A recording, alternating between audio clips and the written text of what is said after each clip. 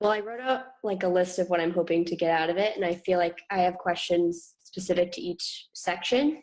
And then I'm really also hoping to get some advice on how to spend the rest of my time between now and November. So yeah, sure. Yeah, fire away. So for logic games, which right now is, I don't know if it's the most difficult section as much as I am making really silly mistakes on it, and I know I'm losing like points that I don't need to lose.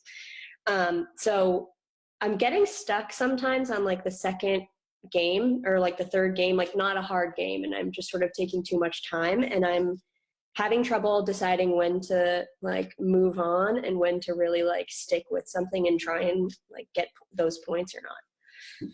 Yeah, sure. Well, you want to avoid getting bogged down in general on the LSAT because everything is worth the same. So on logical reasoning, this is easier to practice because you can flag a single question and hope to come back to it later.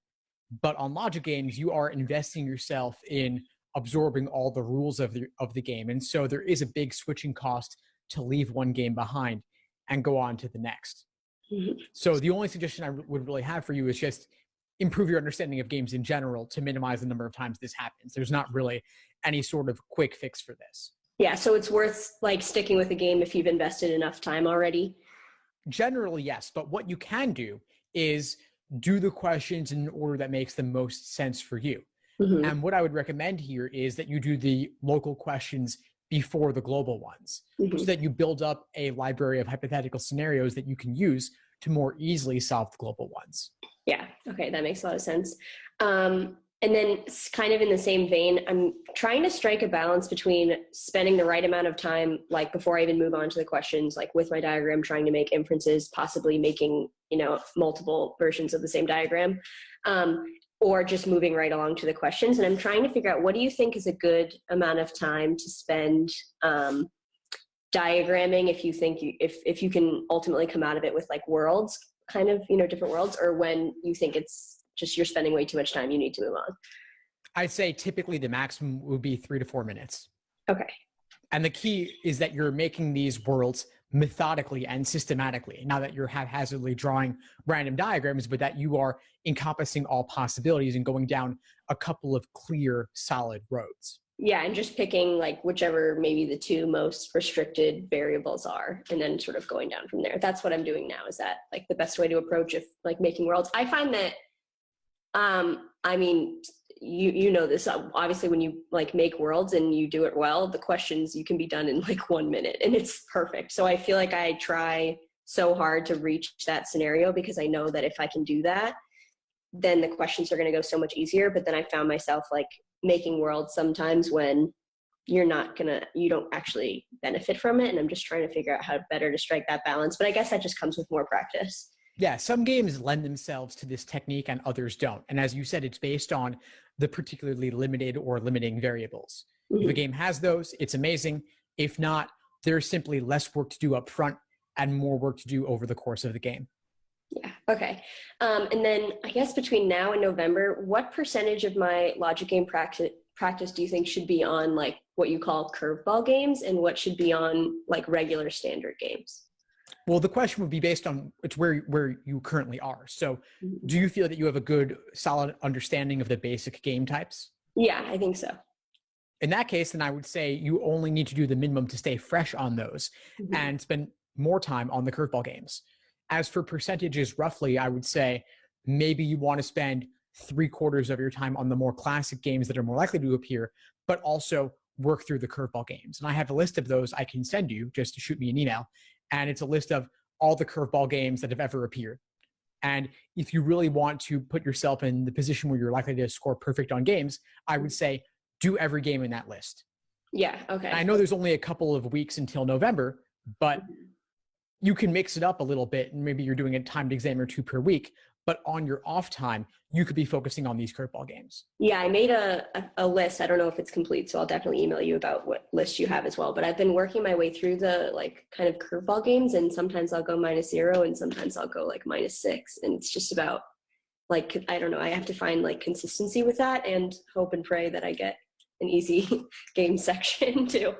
Okay, so for logical reasoning, I guess my biggest question, or the biggest thing I struggled with, I took the October test up until that point, was timing. I had done very little like timed practice. I was just sort of trying to figure out how to like approach logical reasoning, and I feel like I have that down now, but I'm sort of struggling with timing, and I don't know if looking at the clock is helping me or hurting me. So I guess, what are your thoughts on sort of specifically trying to time logical reasoning to do like 10 and 10 or 15 and 15 and then move on?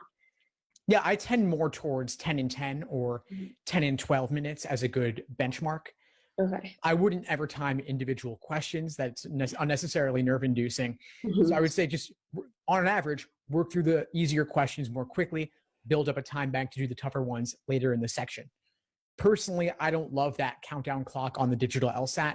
Mm-hmm. I would, if I were taking it, I would remove that clock. You can just click it to make it go away until you hit the 5-minute mark, at which point you can no longer remove it. But I find it stress inducing. I would take it away and trust in the prep I've done up to this point that I have my own internal rhythm that keeps me reasonably on track. If you want to check at the when you've solved question 10, at that point, if you want to quickly check the time remaining to see if you're on track, you could do that, but I wouldn't do more than that. Okay. The only question type that I'm still very consistently like struggling with, or I don't know, I can get the right answer, but it takes way too much time, are like the parallel flaw or parallel reasoning. And I'm trying to decide if those are just worth skipping in general. And if not, should I only do those should I flag them and come back to them at the end, which is that same type of question. And then also, because that question is giving me a lot of trouble, should I spend a lot of time drilling like by question type moving forward between now and November? Like, should I drill a bunch of those, or should I just do more timed practice in general? I'll answer your last question first. I would do both. I would do timed practice in general because your real exam is coming up. Mm-hmm. But if you notice a particular trouble with flaw or parallel questions, then yeah, I would do a bunch of those to the side. And they're infrequent enough that drilling them becomes useful because you won't otherwise encounter a ton of them in a row. Yeah. Okay. Now, as for should you just flag them on site, personally, I wouldn't flag one that comes earlier in the section. Like a number 9 is not going to be that difficult a method of reasoning. So although it's a parallel type, if you can get the method of reasoning, it's really not such a bad question. But if it's number 19, then yeah, I might flag it on site. And typically I would flag 3 to 4 questions of this nature and come back to them at the end. Okay. But I would aim to move at a quick enough pace so that I will actually be able to come back to them at some point. Yeah, come back to them. Okay. And then just for reading comprehension, I guess I'm just looking for general tips, and I'm going either -0 or -8, and it's never like in between. It's always really extreme or like a really good section. So I just don't know and typically if it's like a bad section, it's the science passage that's sort of messing me up, and it's just because I'm spending way too much time reading that, like just trying to get into the details. And I know that the details aren't important, but I don't know, any general like reading comprehension tips, especially around science passages and consistency? Yeah, sure. So with any tough content on the LSAT, and I'm speaking primarily about something like science or philosophy in either reading comp or logical reasoning, I try to dumb it down as much as possible.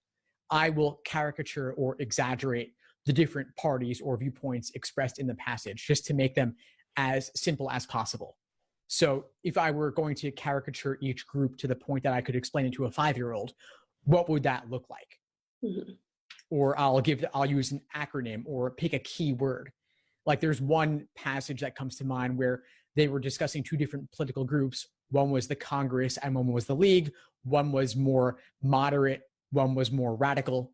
And so I just put those terms on them, like Congress equals radical and League equals moderate, or whatever the case was for those different groups. And I hold on to my articulation or my paraphrase rather than the one given in the passage because they're purposely making it more difficult. Yeah. Okay. That's good to know.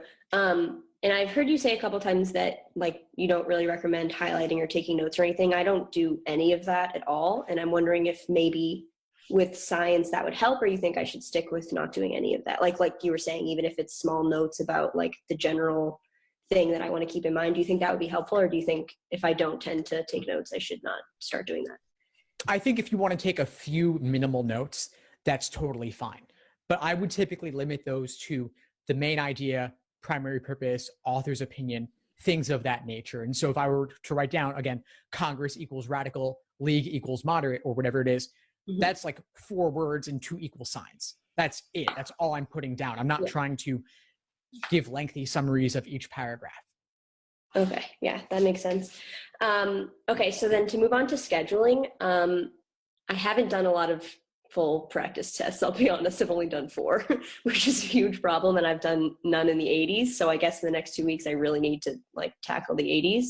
I'm wondering, I don't feel like I actually, maybe this is not true, but my feeling about it is that I don't really benefit that much from full practice tests. I feel like I don't have a problem with like the stamina of keeping up. I didn't have a problem with that at all on October. So I feel like when I do a full practice test, that limits my study time on like a weekend day to like those 3 hours or whatever, and then the review of it. Whereas if I didn't do a full practice test, I could do like a lot more than 4 or 5 sections throughout the day. And I'm feeling like that's more useful.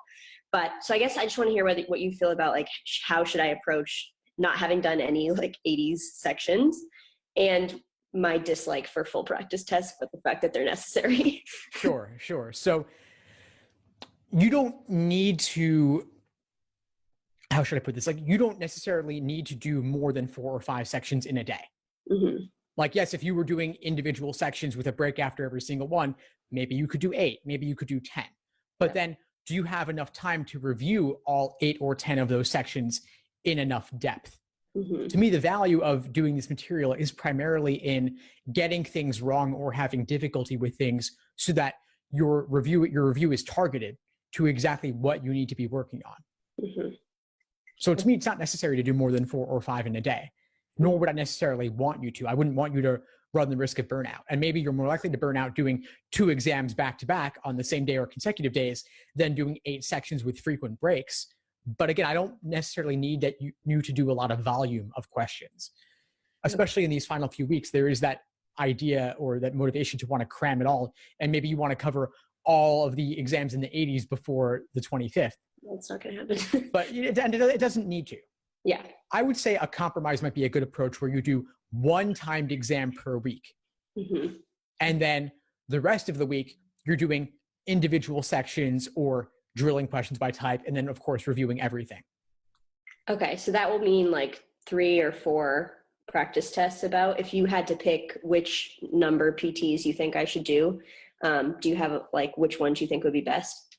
Yeah, I would actually say do the ones, do all the even numbered ones and save the odd numbered ones for a potential retake. Odd. Okay, that's a good strategy.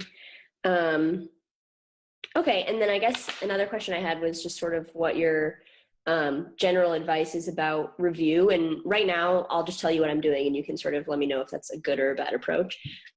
With logic games, I'm watching like online videos about it, and I'm waiting until I fully understand the mistakes I made and everything. But then once I do that, I don't go back and redo the whole game. I just sort of, because there are so many games, I feel like I'm benefiting more from like a new game rather than repeating games.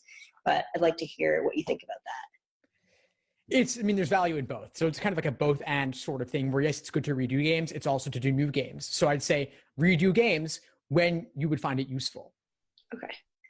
And then same with logical reasoning. I'm not keeping a list of, I should have done this because I read Ellen's Loophole book, but I did not keep a list of the ones that I got wrong I guess I did have somewhat of a list of it, but I don't really revisit them just because I'm finding that like drilling by like learning the mistake that I'm making and then trying it on new material is how I'm going to tell if I've corrected that mistake. But if I'm just going back to these old questions, they're already familiar and I already know the answer. So I can't tell if I've actually absorbed the correction or not. Is that like okay? Or yeah, I get what you're saying. I think that if you can maximize the period of time you put it away before looking at it again, so it's less fresh, then maybe you'll get more value out of looking at it a second time.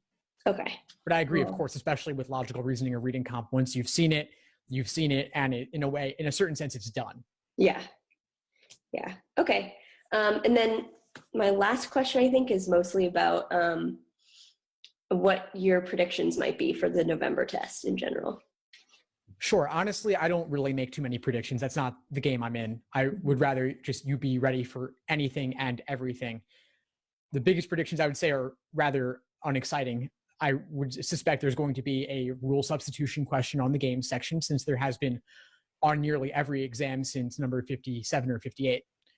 I would also predict that there's likely to be some sort of curveball. Those have shown up fairly frequently. And so doing the list of curveball games would be a good idea, but I don't really make predictions beyond that. Okay. That actually brings up another question about rule substitution questions in games. Do you think if I don't have the clock sort of showing, I guess this isn't super useful, but if I did have the clock showing, do you think that's a question I should, if it's the last question of a particular game, should I skip and move on so that I can get to more games, or should I like focus on finishing that up? Like we talked about earlier, of like, it takes so much time to commit to the rules of each game. You should really try and get every question.